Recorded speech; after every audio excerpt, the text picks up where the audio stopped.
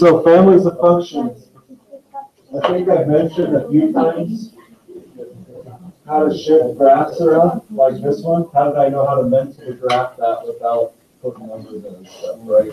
That's what we're doing today. Okay, so families of functions deals with parent graphs and then moving those around all over the place. So let's see if I can find it.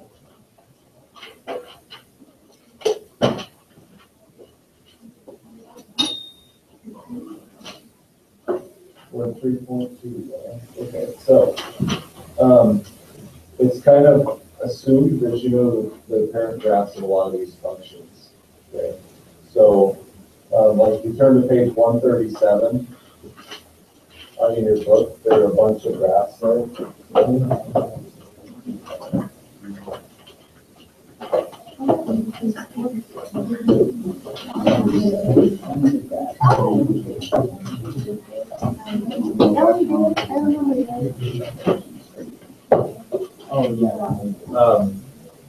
Do you want me to write this down? You think you can just reference your book?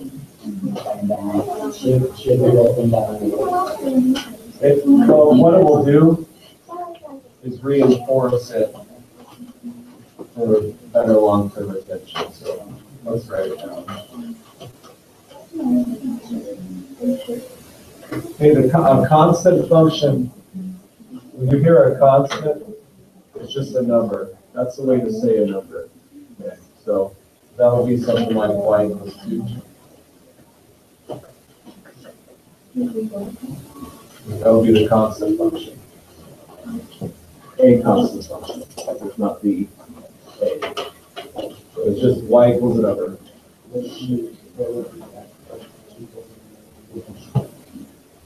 No. The identity, this is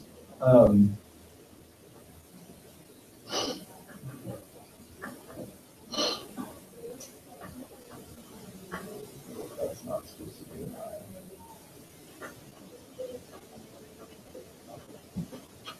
The identity function y equals x. We use that for inverse functions. So know it well. What else is there? Oh, no. Polynomials. I'm going to break those up into a few different ones. So matches the rest of the town.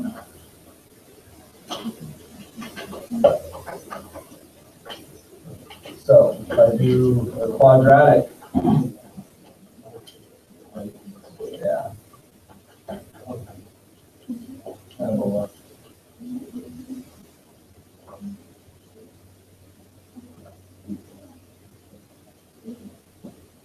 and then we also have what's called a cubic.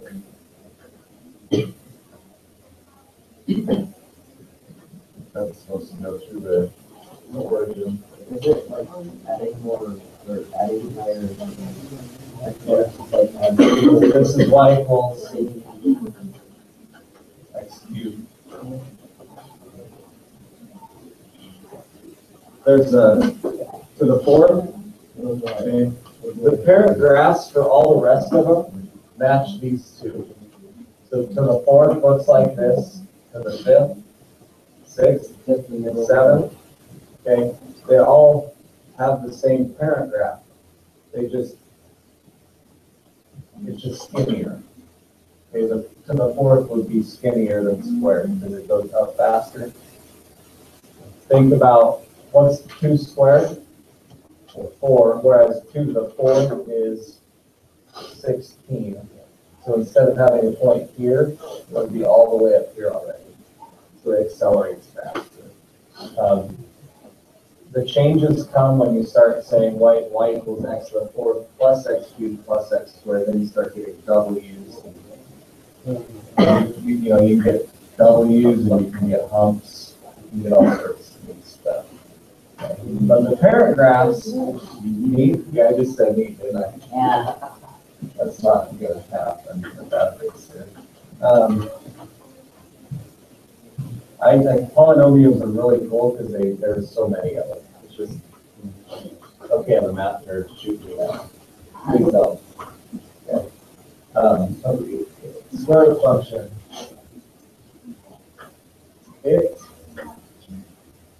What's the domain of the square root function?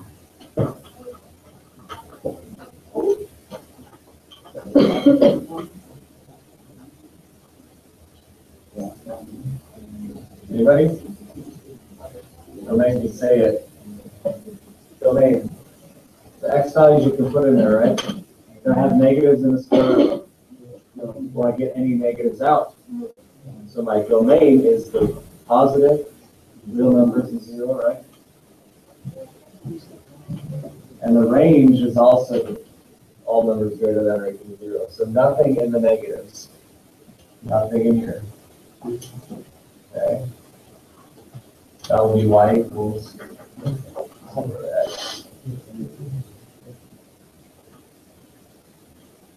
Absolute value. Absolute value, you know what that looks like? There. Yep, it's on the board.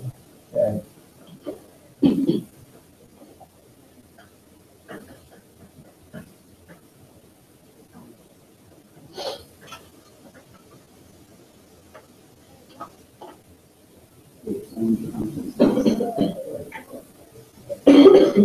I don't worry about the greatest integer function.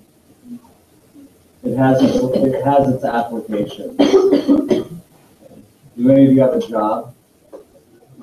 You pay taxes? Yeah, then you use the greatest integer function. You just don't know it. Okay.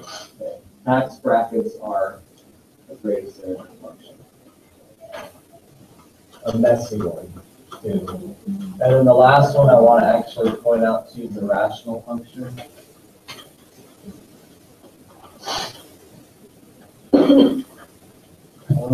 Remember what the rational numbers are? The fractions. So rational function is a fraction. X in the bottom. They made it fine. Oh, I forgot, didn't I?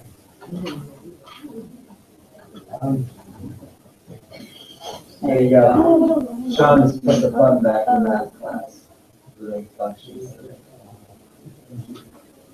So know those. I suggest just memorizing them. There'll be a couple questions on the test. What's the parent function? There it is. You can just sketch it, right? So these are all called parent functions.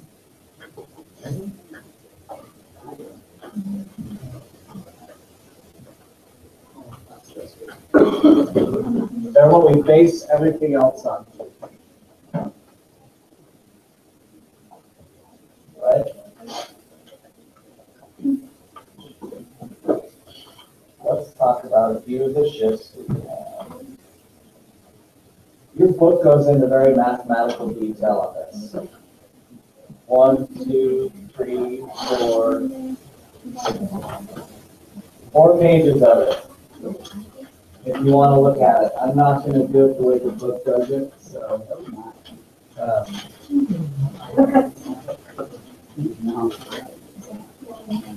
This will be different in the book. If you feel comfortable with the way the book does it, that's great. Okay, so we have the parent graphs, right? What happens when we make changes to that? So let me say I give you something like this. Function of x is x minus 2 squared plus. What's going on there?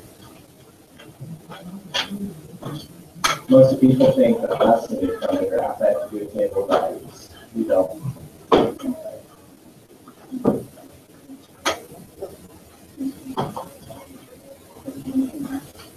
This value is a vertical shift.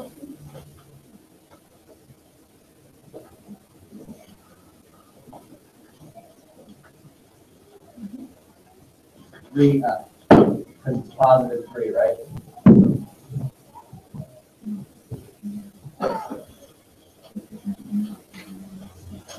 You can associate that with the y. This is a horizontal shift, 2 units. This is where it gets kind of screwy. Like, see how this is grouped with the x value? That means we're shifting it in the x direction. So it's grouped with the x.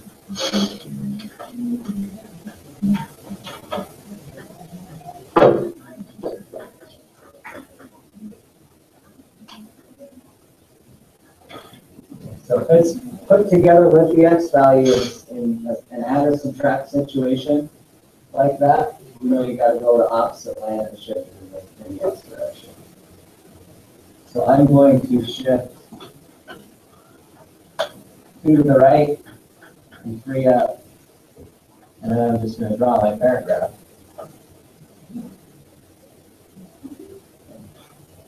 This number is a 1, so it's just the parent graph moved around.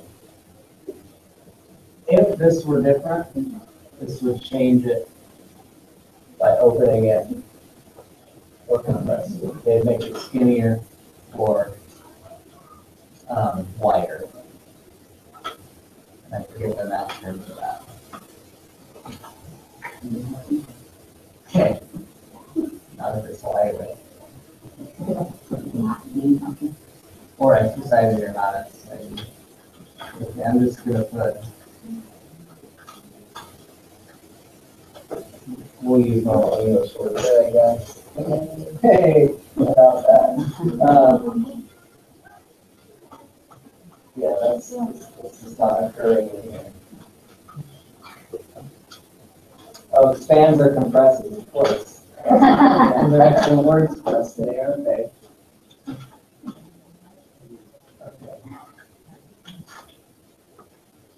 But on this example, what I wanted you to see was a shift up, down, left, right. Are you okay with that? That's how I did this absolute value real quick. It was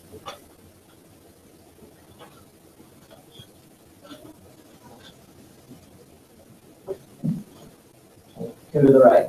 Bam, we're done. But I also had to change the compressor. So let me show you compression here.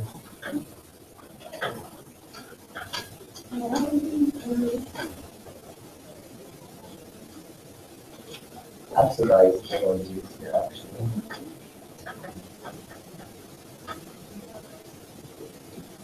You want me to shift this from left, right, up, and down, or just show you the compression? Just, okay. Just do that. So, and I'll do this too. Bam. Not a negative. To show you what that does.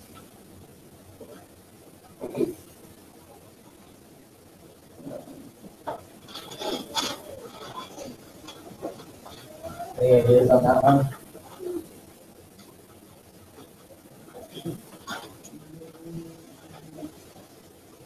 What's the slope? -1/2. So down 1, right 2. Okay.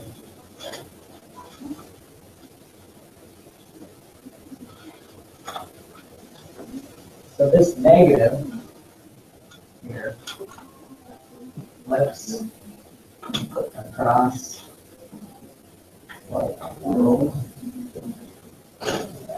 Okay. Spend 3 days in the woods and find school, I guess.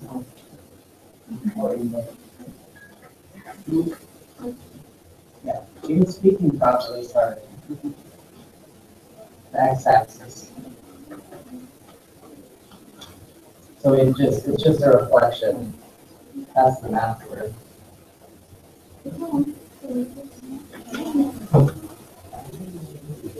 So reflects across the x-axis, and then this is a, what did I call them the last slide? Expansion.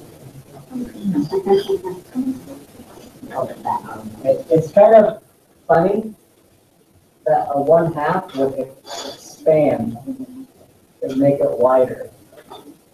You gotta think in terms of rate of change. It's going up more slowly. Okay. Where you have something like this is going up really quickly, that's a big number.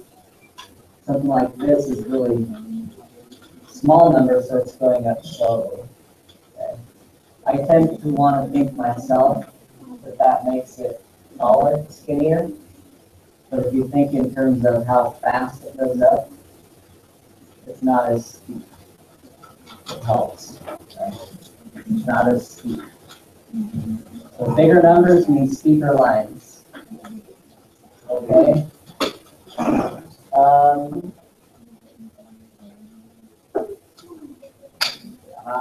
What if I do this?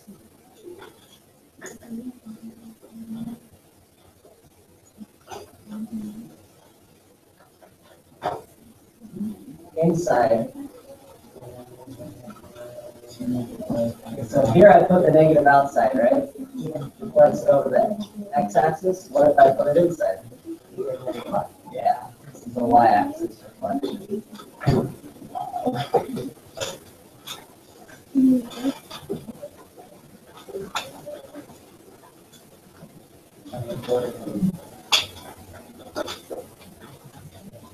So I have to put a negative in there for that to work, right? Because the negative times the negative is a positive, then I can actually take the square root. So here, this one actually looks like this.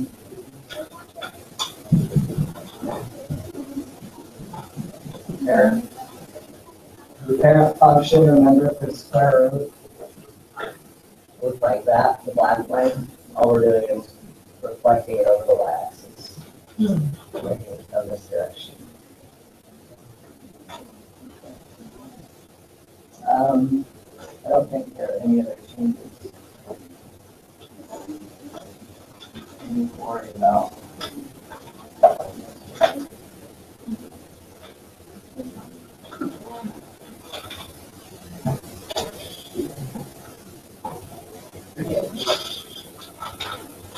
Oh, yeah, that one would be good. No.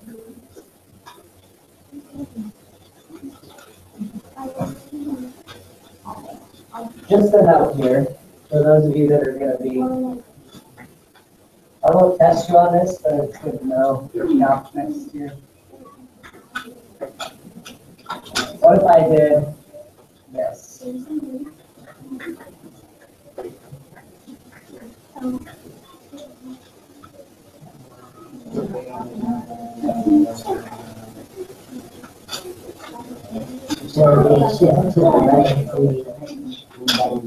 No.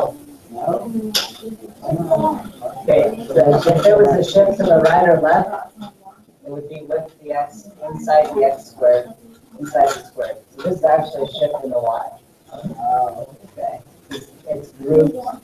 That's why I put it up here. So if you wanted to shift left or right on this one, okay, that's what it would look like. It would be with the x under the square. Okay. This is saying absolute value of the whole thing. Okay. It's not grouping the 3 with the x. It's saying take the absolute value of the whole function. So what happens there? We know this is a shift down 3. Okay. But what happens when you get to the negative with absolute value? It makes negatives positive. Okay, so you're thinking, okay, this is what I want. But what happens when I take the absolute value of that? So that would be x squared minus 3. Yeah. Now, here's the absolute value.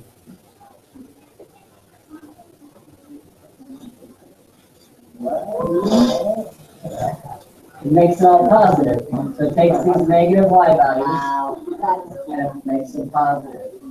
Okay?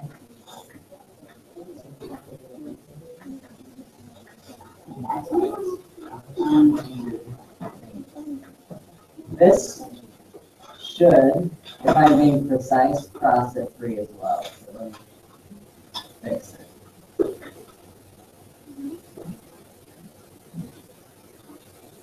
Okay, so no more negative values. It just makes those negatives positives. Okay, you just go negative. Well, so, yeah.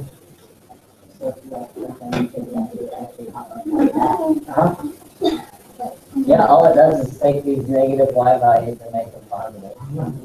That's it.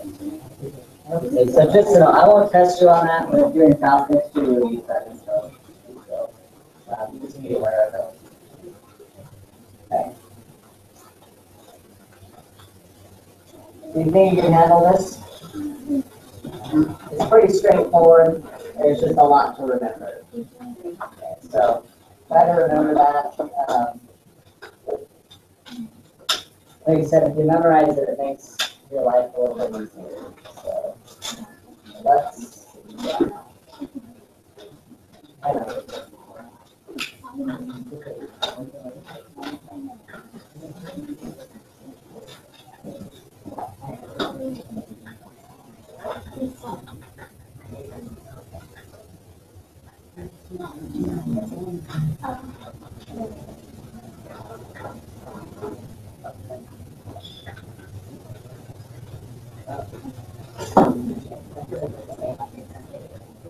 Your homework is not due till Thursday.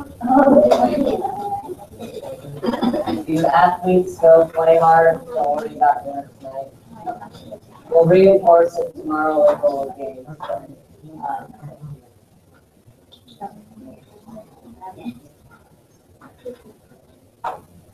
Notice the review problems. I started picking and choosing your skips and stuff. So I can't assign all of it to you. Well, I could, I guess, but I shouldn't. I'm a math teacher, isn't that my nature? So, you have over 20 minutes, so you should be able to get quite a bit done here too. And use colors if you want.